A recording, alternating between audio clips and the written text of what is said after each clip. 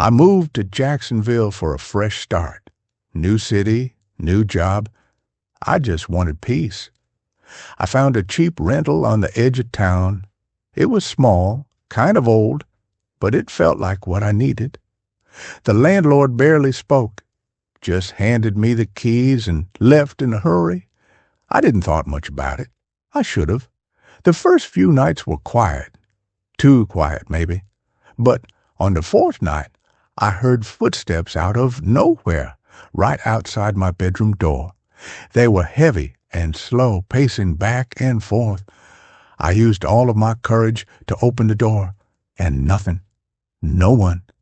But I had this really strange, lingering feeling, like someone had just moved out of sight, and I am being watched. Then one night, I heard someone whispering my name through the keyhole, my full name. The voice was so soft, it felt like it had slipped straight into my brain. I couldn't sleep. The next day, I poured a line of salt in front of my bedroom door. Something my grandmother used to say could ward off these things.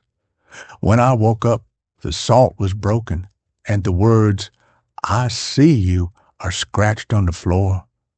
That night, I heard something scratching under my bed, not like rats, more like long fingernails dragging across the floor. Incidentally, that night, I left my phone recording everything. In the morning, I checked the footage. At exactly 2:59 a.m., something crawled out from under my bed. Not a person, not an animal, a shadow. It stood there, right beside me, just watching me sleep.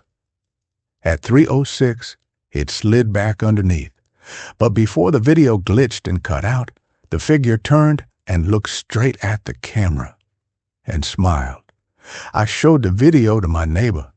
She just stared at me and said, "You're in the wrong house." Confused, I asked her what she meant. She told me no one had lived in that house for years. The last guy disappeared, and the man who rented it to me, she'd never seen or heard of him before. That night, I saw more scratches on the wall right above my bed. This time, the message was, "You're mine now."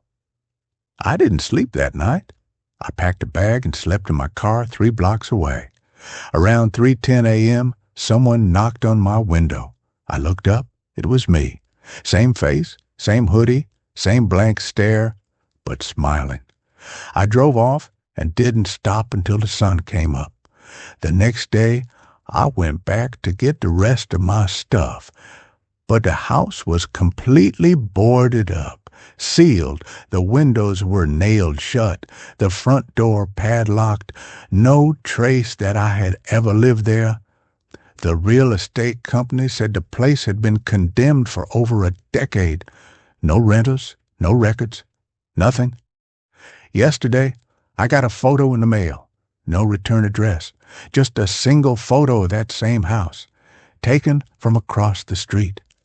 And in the upstairs window, someone was standing, waving, wearing my face.